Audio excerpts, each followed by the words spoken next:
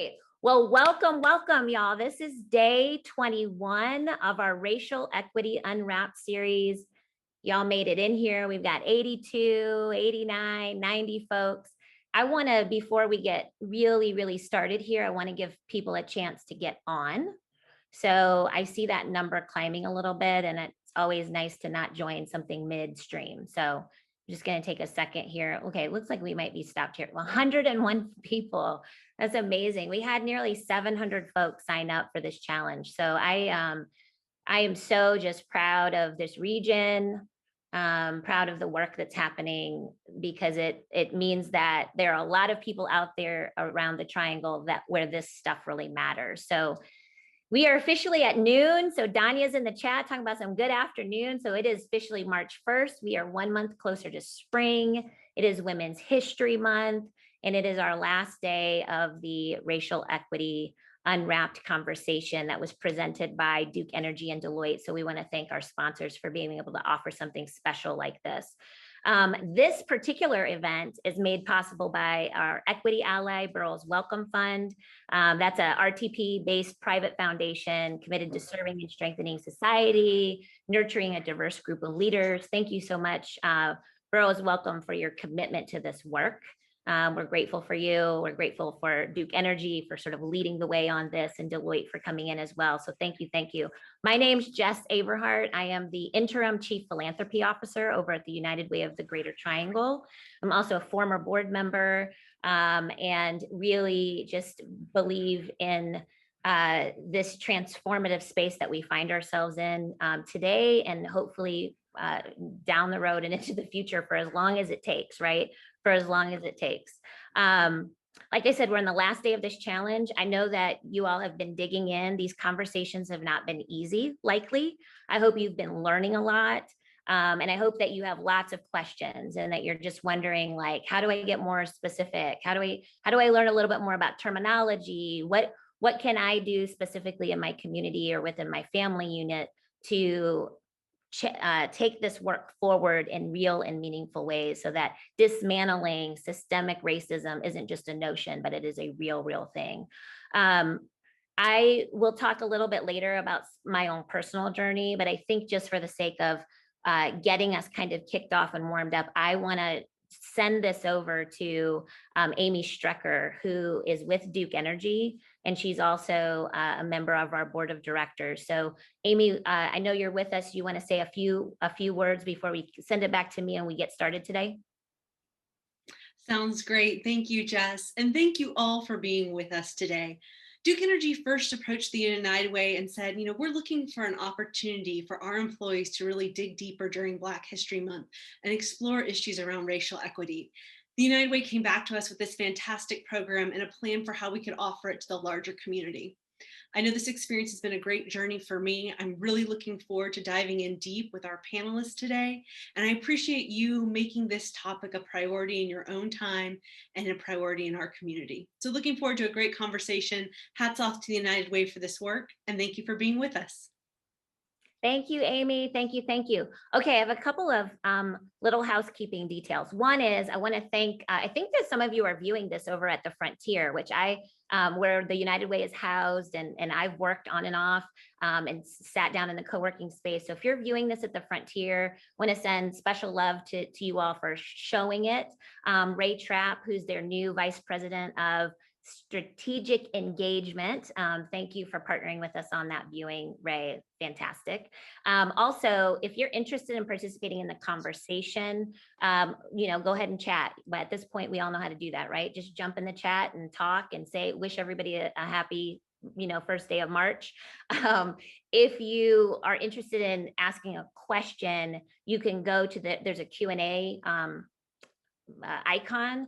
Go ahead and ask your question there, because we will have a robust Q&A session at the end. Okay, so those are the three housekeeping details. Hello to Frontier, use the chat and throw your questions in the Q&A. All right, so I think it's important to level set around terminology. And so before we get into our panelists, who I am excited to talk to, they're dear friends, and I frankly look up to all of them and the work that they're doing. So we're going to get there quickly, but I do think it's important to level set around some key terms. And so I'm going to do that right now. There are at least 10 that are listed here that I was supposed to level set on. Frankly, we're going to get to maybe 5. Okay. Why is that important? Because when we hear words, we can create stories, and my story might not look like your story. How I associate that word might be based on a lived experience that isn't necessarily standardized. And so as we talk today for our 30 minutes with the panelists, the language that we'll be using and the words that we'll be using are going to be framed. Okay. So we're talking about a 21-day racial equity, series. Well, okay, so what is equity? And maybe by now you've kind of gotten ready to go with that, but if not, let's talk about it. So the definition here and the way that we use it is equity is eliminating barriers to access, advancement, and opportunity based on social or cultural factors. And in this case, specifically race. So if race is a factor and it creates barriers to access, advancement, and opportunity, that is an equity issue. And so that's how we see equity today. Racial equity, the condition that would be achieved if one's racial identity no longer statistically predicted their individual outcome. So if we're to achieve racial equity, the fact that I'm a Black woman, right, that would no longer statistically be a barrier to my outcomes, right? That would be a factor that would be eliminated, and I would just be on equal playing ground. Anti-racism, the policy or practice of opposing racism and promoting racial equity. Yep, I was just gonna say, I think Amy, I think you're not on mute, if you can mute. And then Devin, I think this would be helpful. Can these definitions are fairly short. Do you mind just copying and pasting them in the chat so folks can grab them? Inequity, lack of justice or fairness. Okay, refers to unfair, avoidable differences arising from poor governance, corruption, or cultural exclusion. And justice, the system which oversees that the concept of moral rightness is applied to a situation when someone has become the aggrieved party. And then I guess we're gonna do them all because we need to talk about privilege. Privilege, inherent advantages that an individual possesses based on an identity or characteristic that the society deems positive or favorable or more valuable. I threw those things in at the end, but that's privilege, right? An inherent advantage. All right, so now that we've sort of level set, Devin's thrown them over in the chat. Thanks, Devin. We are going to hear from some incredible leaders in the triangle. Now, when I think about them, I think of them as practitioners, I think of them as experts, but listen, they're humans who have a lived experience, and their lived experience is uniquely different. The through line for all of them is that they are social justice warriors. They understand the importance of racial equity, not just in theory, but in applying that work into their work and into their community and into their families and all of that. So they're able to take this idea and make real application in their work. And so that could be seen as an expert, but I think we should all just maybe not do that because we all are approaching this today in a space where when you leave, you should feel like I can do that too, and I don't need to be an expert, okay? So we're gonna talk to our panelists. We've got Dr. Bahby Banks. I was thinking yesterday, gosh, how long have I known Bahby? It's been a long time. We were texting. I said, girl, when did we first meet? She was said, well, we went and got breakfast and all of this stuff. It was like 3 years ago, 4 years ago, or whatever. I love Dr. Bahby Banks. She's the CEO and principal research consultant at Pillar Consulting. She's an adjunct faculty at UNC Gillings School of Global Public Health. She's an entrepreneur in her own right. Like she's at Essence Festival. Like every time I turn around, Bahby is doing something national. She is killing the game. She's amazing, a former epidemiologist, founder. So she'll tell you a little bit about this because we're going to start with Bahby in a second. We also have Danya Perry. Danya is the director of Equitable Economic Development at Wake County economic development. And in this, that's a lot of economics, Danya. Are we going to put him on yet, the screen? There he is. Hey, Danya. In this role, he helps mobilize communities across Wake County and identify different ways to achieve equitable growth. Danya is out there in the front of these conversations. And so he is, I'm sure, not a stranger to you all on this call, because everywhere I turn, Danya is on these panels and he is talking about the work that is happening in Wake County. And he, in many ways, is leading the way. So thank you, Danya, for your work. And thank you for joining us today. Nick Allen is our Chief Program Officer here at the United Way of the Greater Triangle. Nick, frankly, is the driving force behind how we approach and how we think about our work organizationally. And he is the sort of seasoned and expert voice in this case on how we will, how we've taken our sort of grandfathered United Way and broken it down so that we can rebuild it and change it from within, like our system, looking at ourselves first in the mirror, and then applying that in the community so that we can be our best for the community. So thank you, Nick, for joining us. And then Nicholé Morgan, Miss Nicole, and she probably has her sweet baby Cairo with her if she's going to join us in a second. She's the co-founder and CEO of TheGifted Arts. She's a dear friend.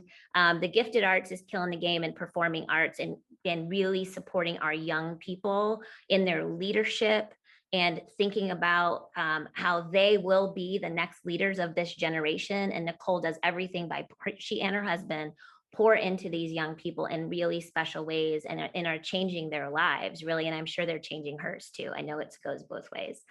She just had a new baby. And so I was hoping that we would see Cairo, but maybe we'll see her later. Okay, so that's our panel for today. So now we've got everybody. And we're going to jump in to some of the first questions that we have. Bahby, I'm going to start with you, and I'm going to set this up just a little bit here.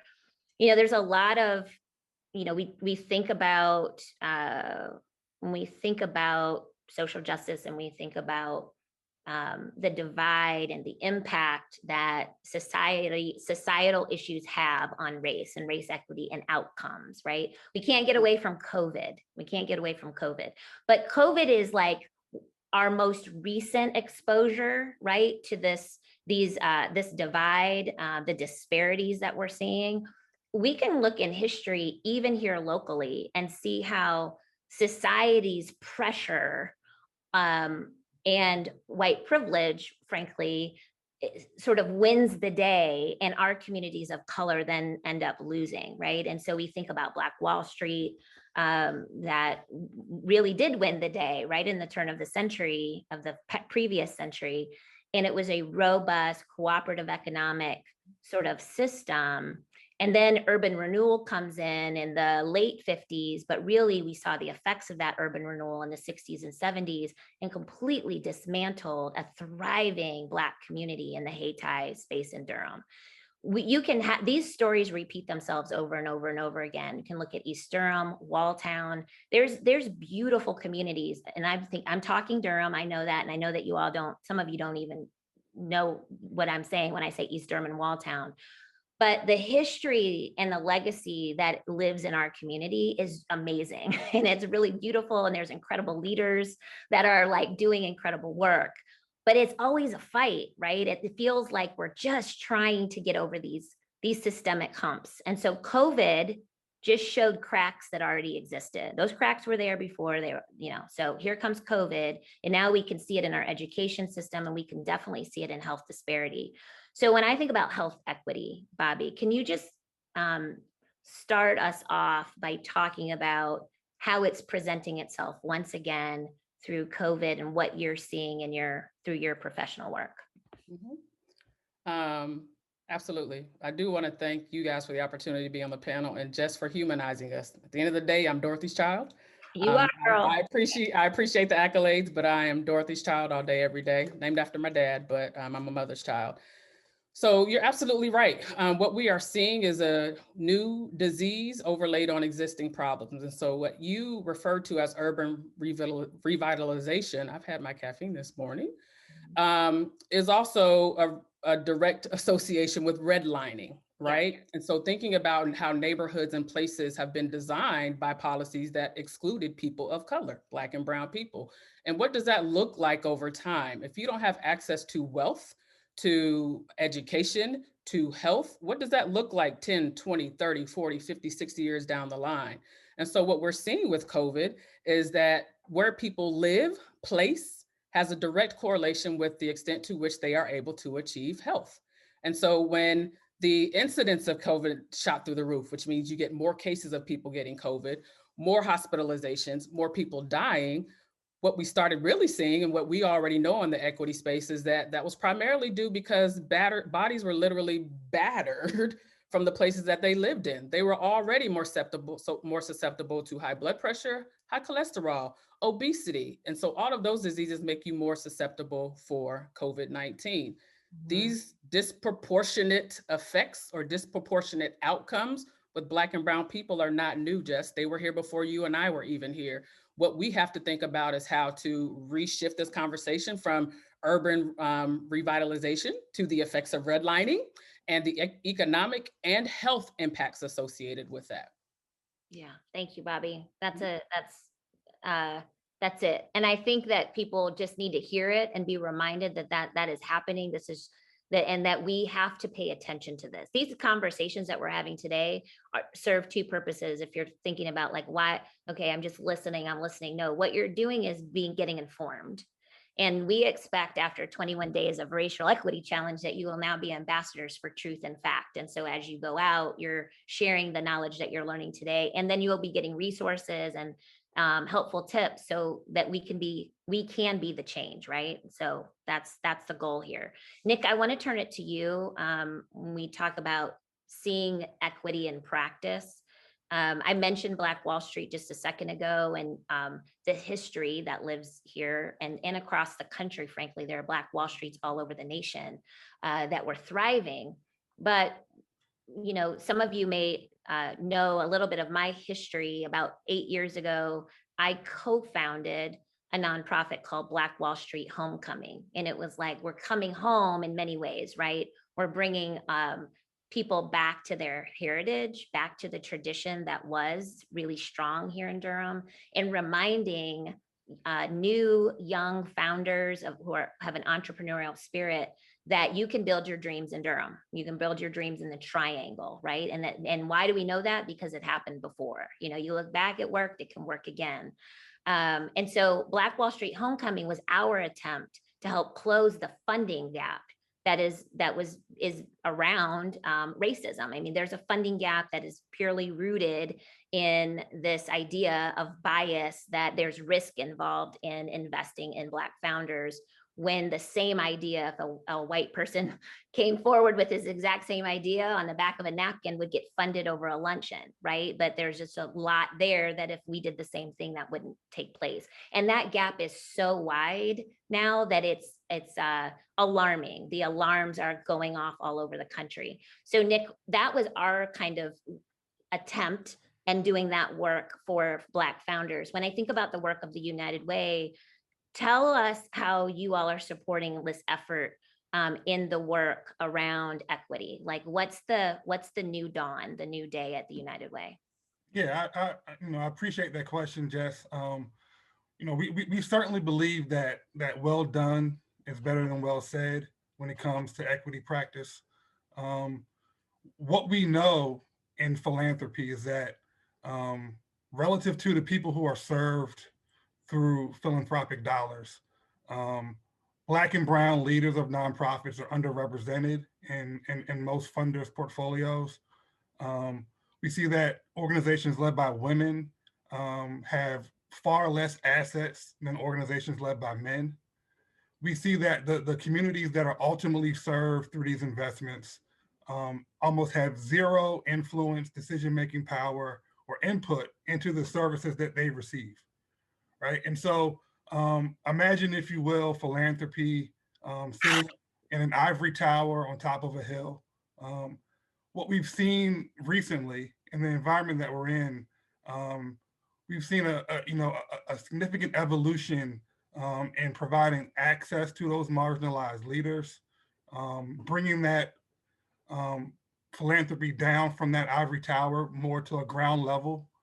We see that the door is wider to the space, right? And so it's more inviting to those marginalized leaders. That means that applications are different. It means that we're no longer in grant writing competitions, but we're really evaluating the impacts of the work. We're really evaluating if an organization has the components, the ingredients that position them well to achieve the the goals and the value aligned work that we want to invest in at the United Way. And so we see exclusive opportunities for Black and Brown leaders to access funds in ways that have not been available in the recent history in philanthropy. But I think there's still significant work to be done. And instead of widening that door, I think the next step is to actually leave the door and go out into community and shift the table on which we're making decisions together as a community. It changes the environment, it changes the playing field. And so, from a nonprofit ecosystem, I think being very specific about the injustices that you're looking to correct with the things you have most control over, but also willing to completely readjust your positioning, your power structure, and go into community and really rely on the expertise that lies all around us in our neighbors. You have to believe that people know what's best for them, and it's the role of philanthropy to provide resources for those solutions. Thanks, Nick. I don't know about you all, but when I think about what Nick says, it seems obvious. It seems like, well, yeah, that's right. And I'm always blown away by this idea of giving up power and acknowledging existing power within community and leadership within community is revolutionary. That just shows you how far sort of we've gone down this road of feeling like we know what's best for other people. So Nick, you said it beautifully.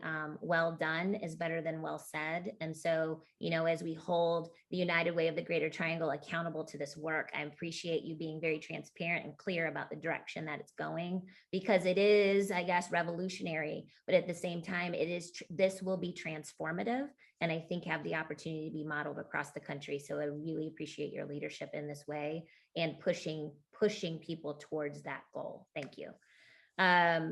Nicole, I'm going to kick it over to you, friend.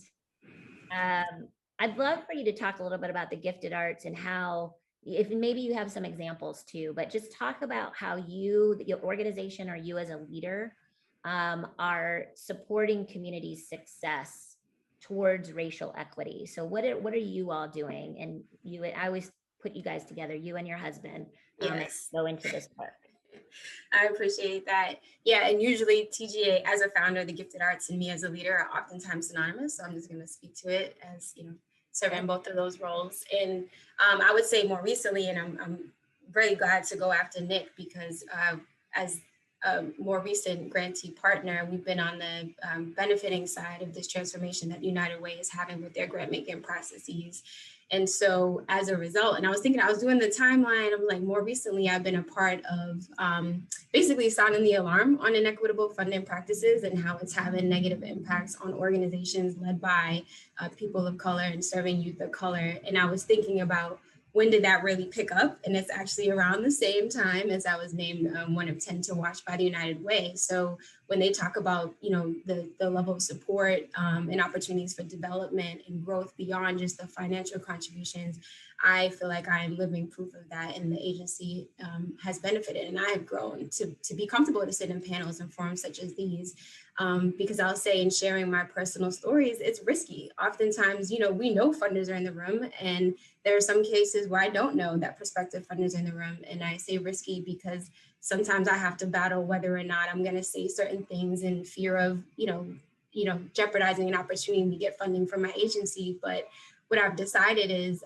as a leader, as Nicole, is that I value my morals and ethics and my values more over the financial opportunity. And that if someone doesn't want to fund us based on, us kind of highlighting the disadvantages that are presented to leaders of color, then maybe we're not in alignment and the money doesn't need to come to us from you anyway. But I've also sat on grant review and RFP proposal review committees in an effort to work to dismantle sort of these traditional gatekeeping practices that have caused for that inequitable distribution of funding, which really paralyzes our work and our ability to move our mission forward. But as an agency, the Gifted Arts, we really pride ourselves on being taking proactive measures for engagement in youth development. And yet there's this realness that I have to admit, which is that we exist as a counter response effort to the egregious attack on Black and Brown lives. And that for us, it's like, oh, we're not just a dance group, we're a performing arts agency that is essentially, and I didn't always use this term because I felt some type of way about it, but literally at this point working to save lives and the esteem and the innocence and the worthiness and joy of our young people who are just radiating and emanating joy and have talents and gifts that are meant to be used and that their communities should benefit from. But oftentimes our young people don't even know that they exist because of, you know, just this pervasive negative perspective on, you know, their self-worth, and that we're seen as inferior, and the images that are perpetuated in media that our young people are constantly inundated with. And so I see the Gifted Arts as an equity producer, in that we're working to rebuild confidence and provide arts programming that's not a nice to have. It's a safe haven, it's a way out, it's self-love, it's community, it's survival. And we're trying to help our young people build resistance so that they can live in a society that doesn't deem them worthy. And my belief, and my husband's, and what we sort of impose, you know, in terms of our messaging to our young people, is that we're all here to contribute something to society for the greater humanity and the greater good. And that all children deserve a space to explore and identify what that actually is and how they can be, how they can contribute meaningfully to the world. And that's not always available to our young people. So that's our hope and our goal at the Gifted Arts. Thank you, Nicole. Thank you. Don't we love that? I love that. I love to hear you. She always worries about these panels. Like, I don't know what I'm going to offer. And every time I hear Nicole speak, I'm like taking it in. I just love it all. So good. Thank you for the work that you do, the sacrifices that you're making, right, on behalf of our community at large, but knowing sort of that long term, I appreciate that so much. So when I think about Nicole's consistent investment in our young people, I want to turn it over to Danya, who is making a consistent investment in grown people who are in the corporate space, who are having these conversations too, right? When Nicole was talking about the youth, Danya, you're doing this work, you know, with peers. So talk about, maybe just provide some examples. It's the same question. How are you and your organization moving community toward racial equity? What's that work look like? Well, let me just say that Nicole was talking about love language, because when you start talking about, you know, really getting at the root and really empowering our young people, because they are going to be literally the leaders in this, you know, they're going to be standing on the shoulders of us, right? As we are standing on the shoulders of other great folks in this fight. At the Chamber, and specifically Wake County Economic Development, you know, the work really starts with just listening. And that kind of gets back to what Nick was talking about. You know, I had to quote the philosopher Doughboy from Boys in the Hood. You know, either they don't know, they don't show, or they don't know what's going on, or they just don't care about what's going on in the community. And a lot of respects, there are well-intentioned people that are creating inequities every single day. So I like to say that we have folks that are willing and ready to stand in a place of either being an ally, an accomplice, to be even a co-conspirator, to be a part of this conversation around racial inequities and understanding the disparities. And so for us, you know, even the fact that we're having this conversation means that there are people that are ready to stand up. Yeah. We just have to give them the right tools and start to build their fluency in this space, and also disarm the feeling that you're going to do something wrong. So for us, you know, what we did at the Chamber, we wanted to just really disaggregate the data. We wanted to understand what the disparities were. You know, we created an index and understood that we're seeing economic prosperity in some communities and not in others. And so equity for us was, how do we build that bridge?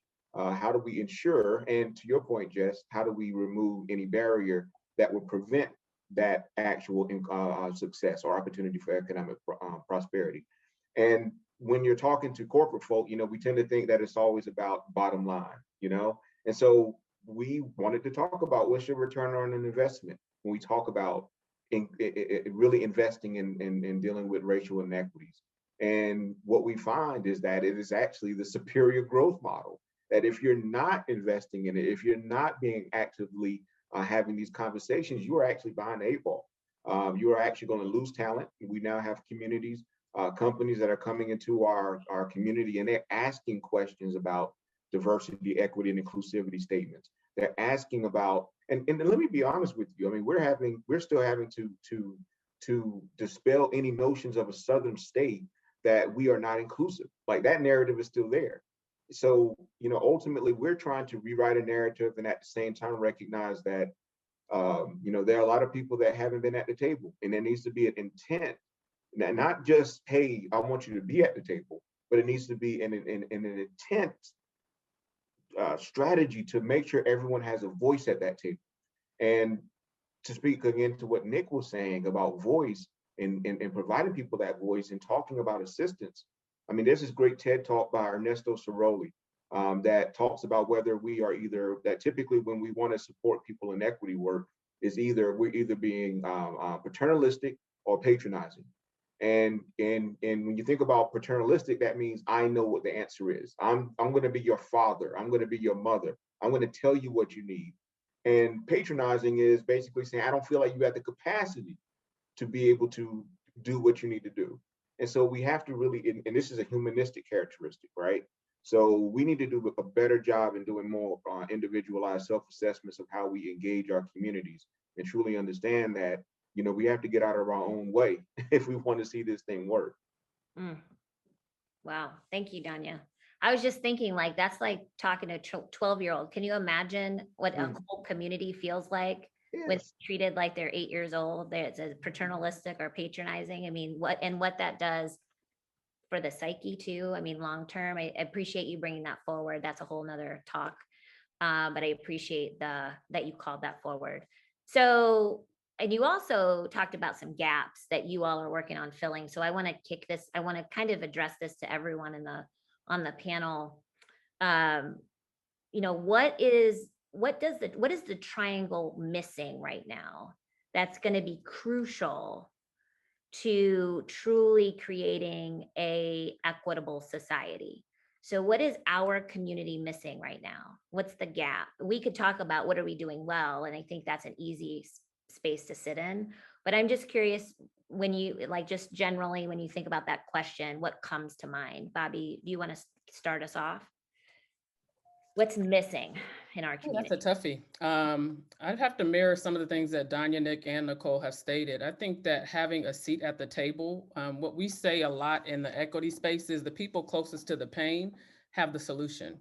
And so when programs are being developed or policies are being developed that impact, in my world, in the health sector, who is at the decision-making table? What we're seeing right now with vaccine distribution, hesitancy, accessibility, not only here in the Triangle, but around the country.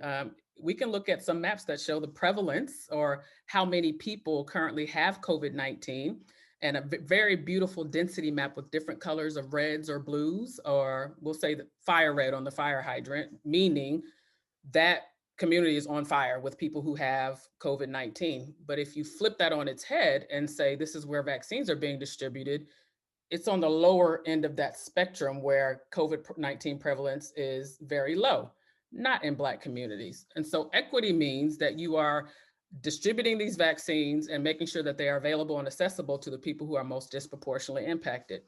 On paper, that looks great, right? We have distrust of the medical establishment. We have distrust of the research institution. We have, if you think about all of the structures that are in place, we're kind of spoiled here in the Triangle a little bit. We're not in New York City where you can hop on and off the train or on and off the bus to get to your doctor's appointment. If you work 3 or 4 jobs, when do you have time to go to your appointment? Do you understand what all of this means? And so I think that we are pioneers in many ways in this area. Jes, I've been to Black Wall Street since its inception, but I think that leaders have to push themselves perhaps out of their chair and make sure that they have the people closest to the pain as part of the decision-making process, and that they fully acknowledge the systems and structures in which they are working. And so I wouldn't say people are missing the mark. I will say that it is an ongoing challenge. And if we really want to nip this in the bud, that you need the people closest to the pain as part of that decision-making. And power, I think that's what everyone's talking about, sharing power, sharing resources, decision-making, making sure you have the right people at the table. Thank you, Bahby. Nick, you talked a little bit about this. Is there anything you want to add based on, and you kind of laid a good foundation, but just to the audience, we have 133 people on here. Is there anything else that you want to add to your narrative around what's missing in the community to create a truly equitable society here in the Triangle? Yeah, I think we have to continue to look for the humanity in the way that we live and work in the Triangle. I can speak for philanthropy in that there's a history of loving the problems more than we love people. And we could get so focused on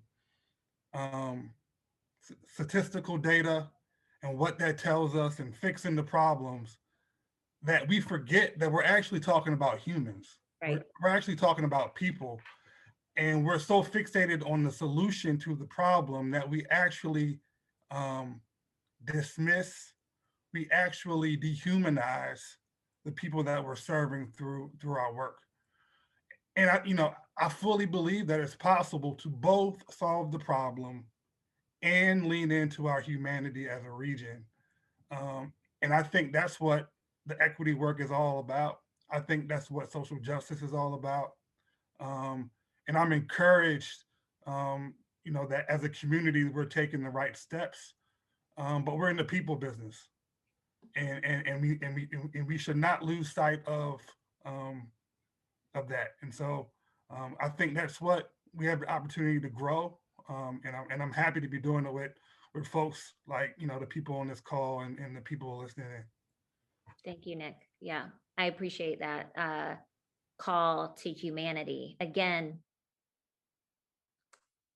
these concepts, right, that we have to even acknowledge it, but it's true, is that we can get distracted, and we can get inward and selfish and prioritize the things in front of us and forget that on the other side of the statistics that Bahby shared, there are grandmamas and raising their grandbabies in communities where they're supportive and loving of each other, true family network, right? Just not having an access to a necessary resource, but that will compound the scenarios, particularly in COVID and health equities, compound for years and decades and generations to come.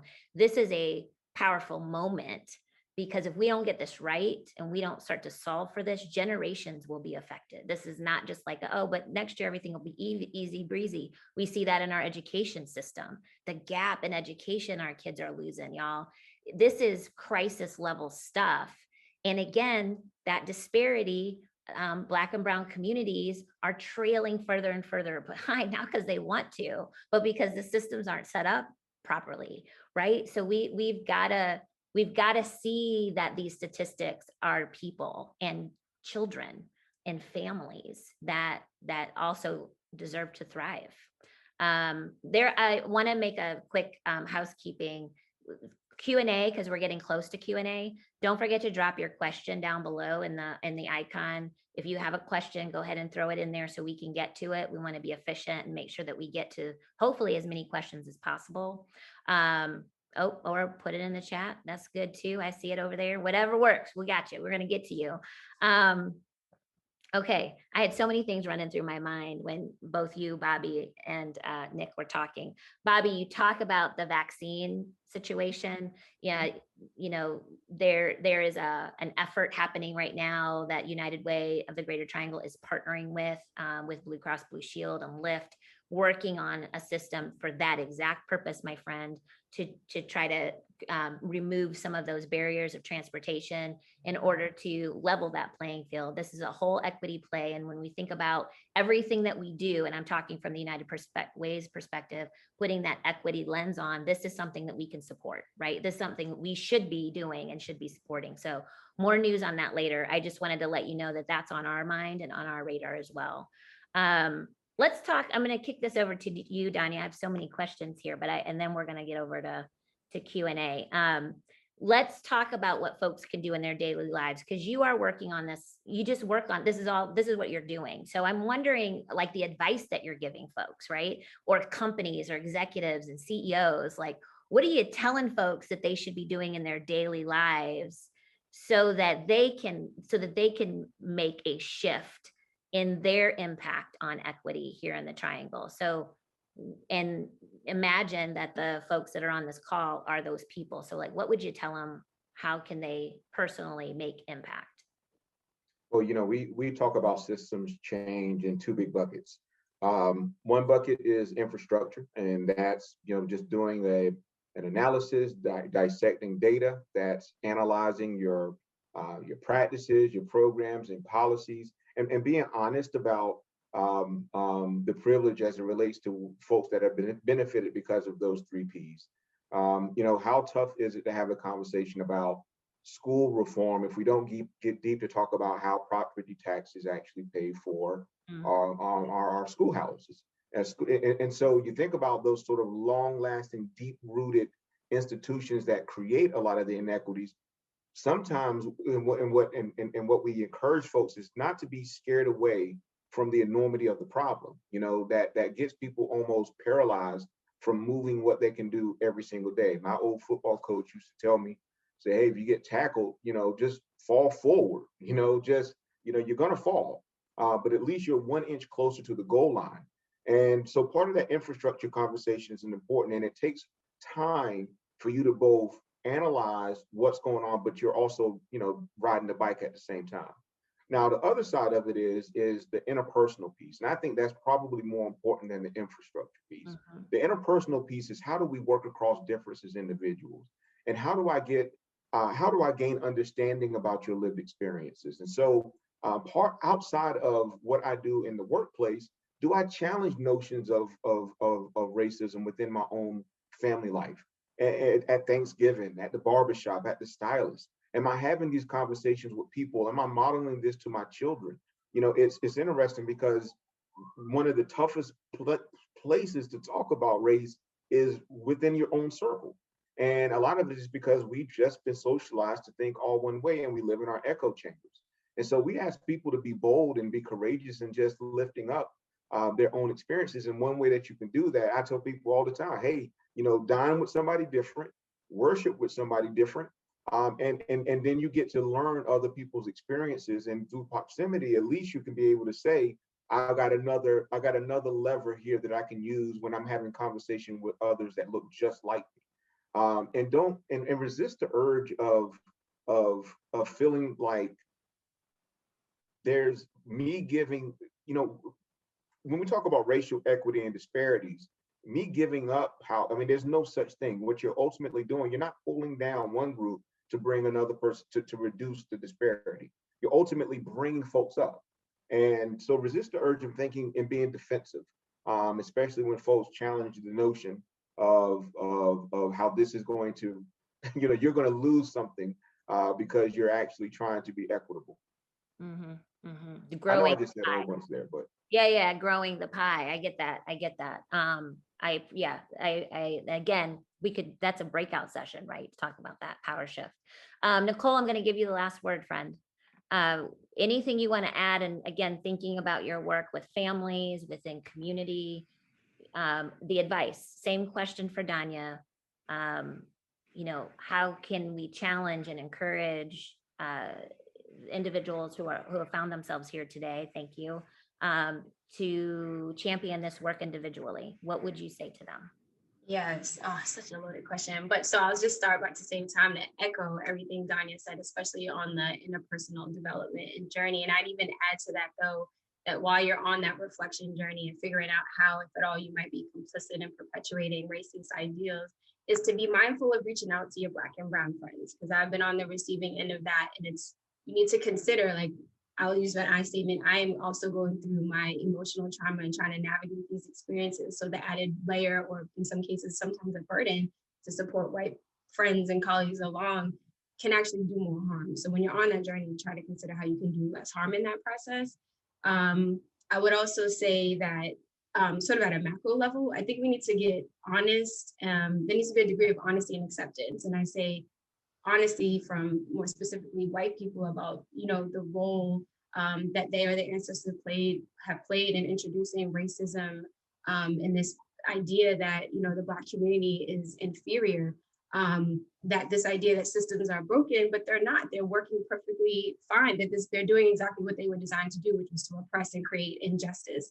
And that until we, I guess, get on the same page about sort of the foundation, the truth about our country and where this all stems from, I think we're going to continue to have these disjointed ideas and ways and beliefs about how we're going to fix this problem of race equity. And so again, that plays on the interpersonal side, but we need to streamline and unify it on our country's beginning. And then from my lens, I come back to education. I think someone mentioned that. I believe it's one of the most powerful institutions in our country that's perpetuating racism because of how long we're all immersed in our school system. And then we can, kind of do a whole session on what we're being taught in those K through 12 years. But having equitable access to educational experiences for all children, doing away with tracking processes, so you're not creating this further divide and, in the achievement gap. You have white and sometimes often too Asian students who are far excelling academically because they're being placed at a higher rate in AP classes and gifted courses, and then Black and Brown children are falling behind at a staggering rate. You have our approach to suspension versus restorative practices or intervention, where we're taking the time to instill these, what we now call ACEs, or the weight and the baggage that Black and Brown children are bringing with them to school. And instead of addressing that head on and knowing the student and family, we're kicking them out, which creates that further divide that you were talking about, Jes. And then I would even say lastly, and what the gifted arts and so many of my peers are doing is, again, we can't put it all in the school system. So providing that access to quality but culturally relevant programming and extracurricular activities for Black and Brown communities is critical, especially those who are led by individuals of color who are working to heal and restore Black communities, to help them undo the trauma of the past, maintain the trauma that we're dealing with right now, but also prepare them for the trauma that we know is inevitably going to come, because let's be honest, it's going to take a while. And we need the money and resources and introductions to make that happen. We need to be fully funded, equal to those who are operating organizations that are typically white-led. It needs to be comparable. We're excited about the new pockets of funding for people of color, but you're also kind of creating a divide a bit because the competition is so steep. There's a small pocket of money, we're all kind of vying for it. And so further creating this distrust and divide amongst Black leaders, because we're all trying to get that $7,500 grant, which is a drop in the bucket in comparison to what it is that we're trying to do. So the larger bucket needs to be expanded. And then we need to consider what Nick was talking about. Those grant-making practices need to be done away with or severely reevaluated. Or we need to increase the pot of money that is assigned to Black-led or BIPOC-led organizations serving people of color. Can I just chime in on Nicole? You remind me, like, you embody what I tell my students and older people all the time, that we are the people we have been waiting for. Mm-hmm. And you bridged something else. And I think Nick drove that home as a former epidemiologist, like, data is wonderful to look at to an extent. Once we have described the problem, it's time to move. And making sure that we are holding people accountable at all of those levels, from systems all the way down to organizations and communities, and the leaders who are at the helm of these organizations, to make sure that they are prioritizing an equity lens. So hats off to you, sis. Thank you. That's great. I got to Yes, I forgot, sorry. I'm going to drop this in the chat before we get off, but I forgot to mention, I'm working on a campaign that is raising awareness for marginalized communities around COVID-19. We do not have time for the whole full out. I'm not even going to do it, but it's called Not a Host. I'm going to drop it in the chat, but this is us not standing by and watching data become more disparate over time, and our innovative way to really engage communities over the course of this pandemic. So I invite people to check that out as well. Awesome. Thank you. Thank you. Thank you. And yes, girl, you were preaching. Nicole, you better put your gifted arts in the chat too, so people can get more familiar with your work. And Danya, your efforts over in Wake County, throw all that stuff needs to go so people have those resources. Because one of the questions is around resources, and I just want to make sure people have access to our panelists after this. So important. We probably got about, sorry, I have so many Zoom things popping up. I'm trying to look at the time here. We have a few minutes for questions. The key here is that every question that has found its way into our Q&A box will not be able to get answered on live here. But the plan is for our wonderful coordinators, Allison and Devin, who've put this together for us today. Thank you, ladies. They will be, yes, thank you. All this work, you know, we're just the entertainment. Devin and Allison do all this work behind the scenes. They are going to make sure that the panelists have an opportunity to answer those questions and get them out to attendees. So whether we answer it right now or not, it will get answered and you will hear from us. Okay, so that's their commitment. They just sent that to me in the chat. So I think we're ready. Devin, do you want me to just take them what I see in the Q&A, or did you want to read them? Capturing them in order of how they've come in, so I'm happy to read them out loud to you all, make it easier. Yeah, except that the first one around Urban Ministries of Wake County, I sort of answered this. It's around the vaccinations and that we need more voices to promote equitable distribution. First of all, yes. And then second of all, we will be rolling something out that we'll be sharing with you. But I think in general to the question, you know, we are missing the mark there, and we've got to, Bahby, we've got to close this gap. We don't have an option. We've got to fix this. And I would venture to say, I'm so sorry, go ahead, Jess. Oh, go ahead, I'm done. I would venture to say that accessibility and availability are a piece of the pie, right? We still need to educate people foundationally on what COVID-19 is and what it does to your body. We need to educate people on the objective process that you need to walk yourself through for the personal decision-making around vaccines, and also address the very real distrust. So all of those things need to factor in before you build it and they come, right? And so there's a lot of work that needs to be done around education, just to make sure that people fully understand not only the virus, but also why the vaccine is an important way to reduce your risk. Yeah, and Black women specifically. Black women lead their communities in this. So like getting Black women on board is really important. Devin, I'm gonna turn it over to you because you have a time check too. So why don't you go ahead and ask the next question? Sure, so the first question is, many Latinx community members and those from the Middle East, for example, Syrians, Iraqis, etc., are often categorized as quote unquote white, depending on their background. Do you all have any perspective about how these communities relate to equity conversations? They often experience the inequities of BIPOC.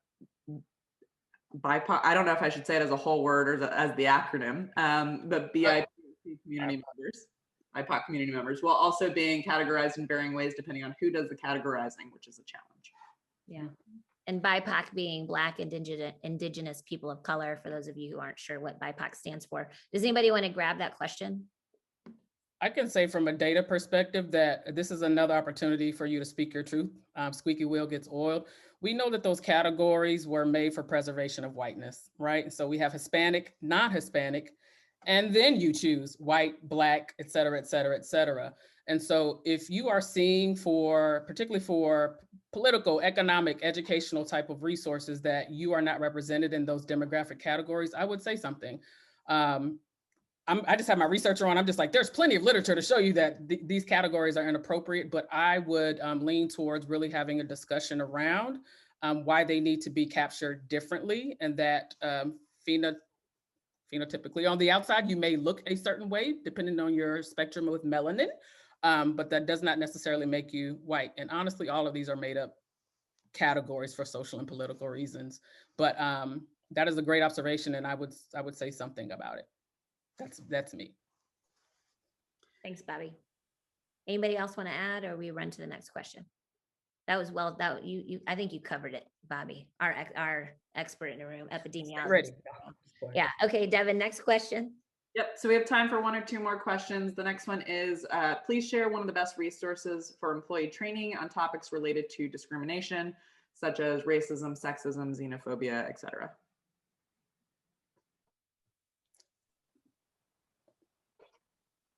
Well, I mean, I'm sure everybody can share, there's a lot of subject matter experts right here on this call. We have an amazing partner with the diversity movement. You can check out, they actually have an online curriculum that a lot of companies are really leaning on in relationship to a lot of conversations on that intersection. So we have an initiative that we just launched back in January, betterwake.com. The website is up, was just placed there under the resource tab. You can find it's just a litany of resources that you can use and really lean on if you want to get, you really want to accelerate the conversation from podcasts to videos and interviews and things of that nature. So thank you, Allison. You are on the spot. Absolutely. Anybody else have a resource they want to offer? We can go to the next. There's lots of groups out there doing this now. So do a little bit of research. And I would say, check the alignment of the organization to the culture that you're inviting them in, so that it can, interview, we shouldn't just assume that everybody's a right fit. The United Way of the Greater Triangle employed Frontline, and they were fantastic, right? The work that they did was a great fit for what we were working on in our board of directors. So last question before we wrap this up is, in terms of the disparity in communities, can you discuss the barriers to access to technology? We saw this in the homeschool issues this year.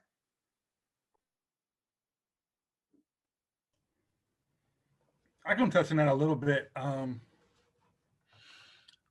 think there are urban barriers to technology, and I think there are rural barriers to technology. Those being very separate things when we talk about the solution. I think that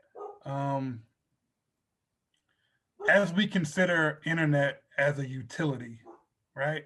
I think that we will hopefully get to a place where that access to information is a right for folks, and we can, leverage technology to serve our entire community.